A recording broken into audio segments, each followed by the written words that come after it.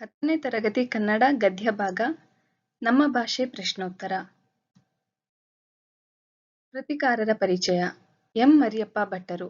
ಸ್ಥಳ ದಕ್ಷಿಣ ಕನ್ನಡ ಜಿಲ್ಲೆ ಪುತ್ತೂರು ತಾಲೂಕಿನ ಕಬಕ ಗ್ರಾಮದವರು. ಕಾಲ 1906 ರಿಂದ 1980. ವೃತ್ತಿ ಬಹುಭಾಷಾ ವಿದ್ವಾಂಸರು. ದ್ರಾವಿಡ ಭಾಷೆಗಳನ್ನು ತುಲನಾತ್ಮಕ ಅಧ್ಯಯನ ಮಾಡುವುದರೊಂದಿಗೆ ನಿಘಂಟು ರಚನೆಯಲ್ಲಿ ಸೇವೆ ಸಲ್ಲಿಸಿದವರು. ಮದ್ರಾಸು ವಿಶ್ವವಿದ್ಯಾನಿಲಯದಲ್ಲಿ ಕನ್ನಡ ಪ್ರಾಧ್ಯಾಪಕರಾಗಿದ್ದರು. ಕೃತಿಗಳು: ತುಳು ಇಂಗ್ಲಿಷ್ ನಿಘಂಟು, ಅಭಿನವ ಮಂಗರಾಜನ ನಿಘಂಟು, ಜಾತಕ ತಿಲಕಂ, ಛಂದಸ್ಸಾರ. ಪ್ರಶಸ್ತಿಗಳು: ಕರ್ನಾಟಕ ಸರ್ಕಾರದ ಪುರಸ್ಕಾರ, ಸಾಹಿತ್ಯ ಅಕಾಡೆಮಿ ಪ್ರಶಸ್ತಿ. ಪ್ರಸ್ತುತ ಗದ್ಯ ಭಾಗವನ್ನ ಎಂ. ಮರಿಯಪ್ಪ ಭಟ್ಟ ಅವರ ಕನ್ನಡ ಸಂಸ್ಕೃತಿ ಅನ್ನೋ ಪ್ರಬಂಧ ಸಂಕಲನ ಕೃತಿಯಿಂದ ಆಯ್ಕೆ ಮಾಡಲಾಗಿದೆ. ಅಭ್ಯಾಸ: ಕೊಟ್ಟಿರುವ ಪ್ರಶ್ನೆಗಳಿಗೆ ಒಂದು ವಾಕ್ಯದಲ್ಲಿ ಉತ್ತರಿಸಿ. ಭಾಷೆ ಯಾವುದಕ್ಕೆ ಸಾಧನವಾಗಿದೆ? ಉತ್ತರ: ನಮ್ಮ ಸುತ್ತಮುತ್ತಲಿನವರೊಂದಿಗೆ ವ್ಯವಹರಿಸುವುದಕ್ಕೆ ಹಾಗೂ ವಿಚಾರ ವಿನಿಮಯ ಮಾಡುವುದಕ್ಕೆ ಭಾಷೆ ಒಂದು ಅಮೂಲ್ಯ ಸಾಧನವಾಗಿದೆ. ಪ್ರಾಣಿಗಳು ತಮ್ಮ ಮಕ್ಕಳಿಗೆ ಯಾವ ವಿಚಾರವಾಗಿ ತರಬೇತು ಕೊಡುತ್ತವೆ? ಪ್ರಾಣಿಗಳು ತಮ್ಮ ಮಕ್ಕಳಿಗೆ ಚಲನವಲನಗಳ ವಿಷಯವಾಗಿ, ಆಹಾರ ವಿಚಾರಗಳ ವಿಷಯವಾಗಿ ತರಬೇತು ಕೊಡುತ್ತವೆ. ಮನುಷ್ಯನಿಗೆ ಲೆಕ್ಕವಿಡುವ ಅವಶ್ಯಕತೆ ಯಾವಾಗ ಉಂಟಾಯಿತು?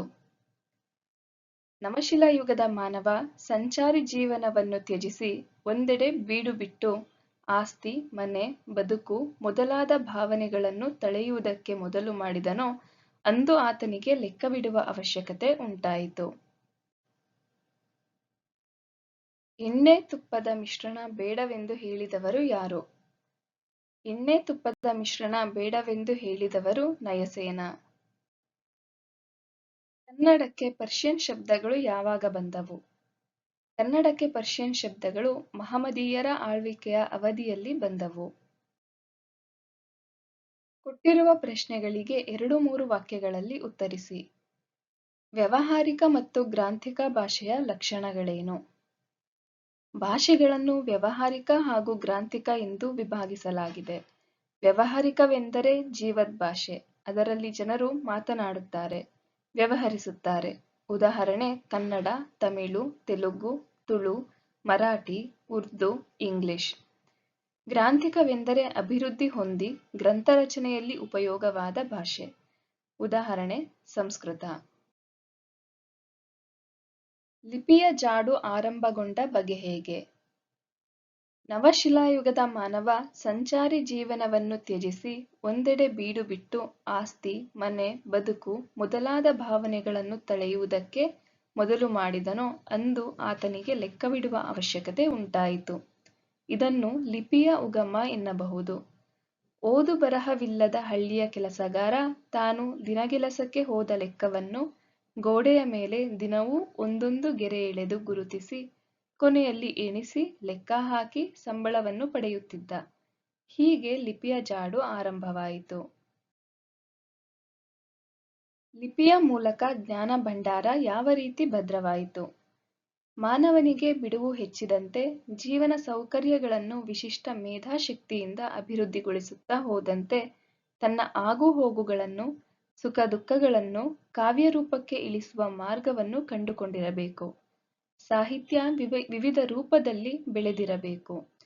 ಲೆಕ್ಕಪತ್ರಗಳನ್ನಿಡಲು ಉಪಯುಕ್ತವಾದ ಮೂಲ ಲಿಪಿಯನ್ನು ಮತ್ತಷ್ಟು ಪರಿಷ್ಕರಿಸುತ್ತಾ ಸುಂದರ ಸಾಹಿತ್ಯ ಕೃತಿಗಳನ್ನು ಬರೆದಿಡುವುದನ್ನು ಮಾನವ ಕಲಿತುಕೊಂಡ.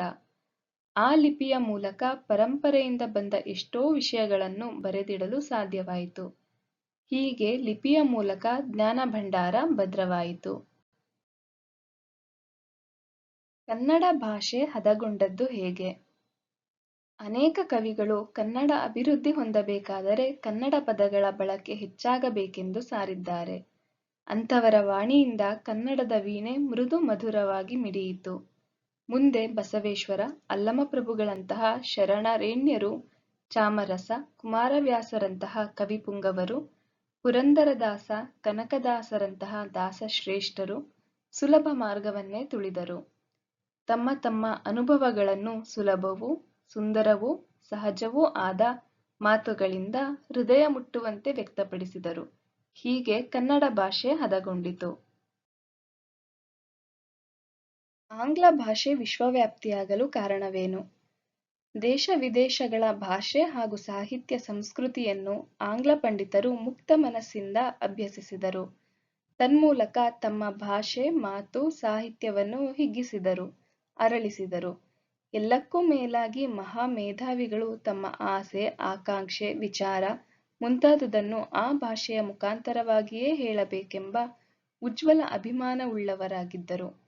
ಆಂಗ್ಲ ವಿಜ್ಞಾನಿಗಳು, ರಾಜಕಾರಣಿಗಳು, ಅರ್ಥಶಾಸ್ತ್ರಜ್ಞರು ಹೀಗೆ ಎಲ್ಲರೂ ತಮ್ಮ ಭಾಷೆಯನ್ನೇ ಬಳಸಿದುದರ ಪರಿಣಾಮವಾಗಿ ಆಂಗ್ಲ ಭಾಷೆ ಬೆಳೆದು ವಿಶ್ವವ್ಯಾಪಿಯಾಗಿದೆ. ಕೊಟ್ಟಿರುವ ಪ್ರಶ್ನೆಗಳಿಗೆ 8-10 ವಾಕ್ಯದಲ್ಲಿ ಉತ್ತರಿಸಿ. ಭಾಷೆ ಸತ್ವಪೂರ್ಣವಾಗಿ ವಿಕಾಸಗೊಳ್ಳುವುದು ಯಾವಾಗ? ಉತ್ತರ: ಒಂದು ಭಾಷೆ ಸತ್ವಪೂರ್ಣವಾಗಬೇಕಾದರೆ ಅದನ್ನಾಡುವ ಜನ ಅಭಿಮಾನಧನರೂ, ಬುದ್ಧಿಶಾಲಿಗಳೂ, ಪ್ರಯೋಗಶೀಲರೂ ಆಗಿರಬೇಕು. ಎಲ್ಲದಕ್ಕೂ ಮೇಲಾಗಿ ಮಹಾ ಮೇಧಾವಿಗಳು ತಮ್ಮ ಆಸೆ, ಆಕಾಂಕ್ಷೆ, ವಿಚಾರ ಮುಂತಾದುದನ್ನು ಆ ಭಾಷೆಯ ಮುಖಾಂತರವಾಗಿಯೇ ಹೇಳಬೇಕೆಂಬ ಉಜ್ವಲ ಅಭಿಮಾನವುಳ್ಳವರಾಗಿರಬೇಕು. ಸ್ವಭಾಷೆಯನ್ನು ಪ್ರೀತಿಸಬೇಕು, ಗೌರವಿಸಬೇಕು, ಬೆಳೆಸಬೇಕು ಎಂದರೆ ಅನ್ಯ ಭಾಷೆಯನ್ನು ತಿರಸ್ಕರಿಸಬೇಕು ಎಂದು ಅರ್ಥವಲ್ಲ. ಭಾಷೆಗಳಲ್ಲಿ ಮೇಲು ಕೀಳೆಂಬುದಿಲ್ಲ. 4 ಜನ ಮಾತನಾಡುತ್ತಿದ್ದ ಭಾಷೆಗೂ 40 ಲಕ್ಷ ಜನ ಮಾತನಾಡುತ್ತಿದ್ದ ಭಾಷೆಗೂ ಸತ್ಯ ಹಾಗೂ ಸತ್ಯದೃಷ್ಟಿಯಿಂದ ಅಂತರವೇ ಇಲ್ಲ. ಎಲ್ಲ ಭಾಷೆಗಳೂ ಅಷ್ಟೇ. ಒಬ್ಬ ತಾಯಿಯ ಗಾನದ ಶ್ರುತಿಯಂತೆ ಎಲ್ಲಕ್ಕೂ ಅಷ್ಟೇ ಸ್ಥಾನವಿದೆ. ಇದನ್ನರಿತು ಭಾರತೀಯರಾದ ನಾವು ನೆರೆಹೊರೆಯ ಭಾಷೆಗಳನ್ನು ದ್ವೇಷಿಸದೆ ನಮ್ಮ ಭಾಷೆಗಳನ್ನು ಗೌರವಿಸಿ, ಪ್ರೀತಿಸಿ, ಅಭಿವೃದ್ಧಿಗೊಳಿಸಿದರೆ ಭಾಷೆ ಸತ್ವಪೂರ್ಣವಾಗಿ ವಿಕಾಸಗೊಳ್ಳುತ್ತದೆ. ಕನ್ನಡ ಭಾಷೆ ಸಮೃದ್ಧವಾಗಿ ರೂಪುಗೊಂಡ ಬಗೆ ಹೇಗೆ? ವಿವರಿಸಿ. ಅನೇಕ ಕವಿಗಳು ಕನ್ನಡ ಅಭಿವೃದ್ಧಿ ಹೊಂದಬೇಕಾದರೆ ಕನ್ನಡ ಪದಗಳ ಬಳಕೆ ಹೆಚ್ಚಾಗಬೇಕೆಂದು ಸಾರಿದ್ದಾರೆ. ಮುಂದೆ ಶರಣರು, ಕವಿಪುಂಗವರು, ದಾಸಶ್ರೇಷ್ಠರು ಸುಲಭ ಮಾರ್ಗವನ್ನೇ ತುಳಿದು ತಮ್ಮ ಅನುಭವ ಸಾರದಲ್ಲಿ ಸುಲಭವೂ, ಸುಂದರವೂ, ಸಹಜವೂ ಆದ ಮಾತುಗಳಿಂದ ಹೃದಯ ಮುಟ್ಟುವಂತೆ ವ್ಯಕ್ತಪಡಿಸಿದರು. ಹಾಗೆಯೇ ಸಂಸ್ಕೃತ, ಪ್ರಾಕೃತ ಭಾಷೆಗಳಿಂದ ಅನೇಕ ಶಬ್ದಗಳನ್ನು ಕನ್ನಡ ತನ್ನಲ್ಲಿ ಅಳವಡಿಸಿಕೊಂಡಿದೆ. ಮಹಮದೀಯರ ಆಳ್ವಿಕೆಯ ಅವಧಿಯಲ್ಲಿ ಪರ್ಷಿಯನ್ ಭಾಷೆಯಿಂದ ಅನೇಕ ಶಬ್ದಗಳು ಕನ್ನಡಕ್ಕೆ ಬಂದಿವೆ. ಹಾಗೆಯೇ ಅಸಂಖ್ಯಾತ ಇಂಗ್ಲಿಷ್ ಶಬ್ದಗಳು ಕನ್ನಡದ ಉಡುಪನ್ನು ಧರಿಸಿ ಒಳಗೆ ಬಂದು ಬಿಟ್ಟಿವೆ. ಹಾಗೆಯೇ ಕನ್ನಡದ ನೆರೆಯವರಿಂದ ಬಂದಿರುವ ಎರವುಗಳೂ ಉಂಟು. ಕನ್ನಡ ನಾಡಿನ ಎಲ್ಲೆಗಳಲ್ಲಿ ಗಡಿ ಜನರ ವ್ಯವಹಾರ ಸಂಪರ್ಕಗಳಿಂದ ನೆರೆಮಾತುಗಳಲ್ಲಿ ಕೊಡುಕೊಡುಗೆ ನಡೆಯುತ್ತಲೇ ಇದೆ. ಇದರಿಂದ ಕನ್ನಡವೂ ಅದರ ನೆರೆನುಡಿಗಳೂ ಪರಸ್ಪರ ಎರವುಗಳಿಂದ ಅಭಿವೃದ್ಧಿ ಹೊಂದುತ್ತಲಿದೆ. ಈ ರೀತಿ ಕನ್ನಡ ಭಾಷೆ ಸಮೃದ್ಧವಾಗಿ ರೂಪುಗೊಂಡಿದೆ.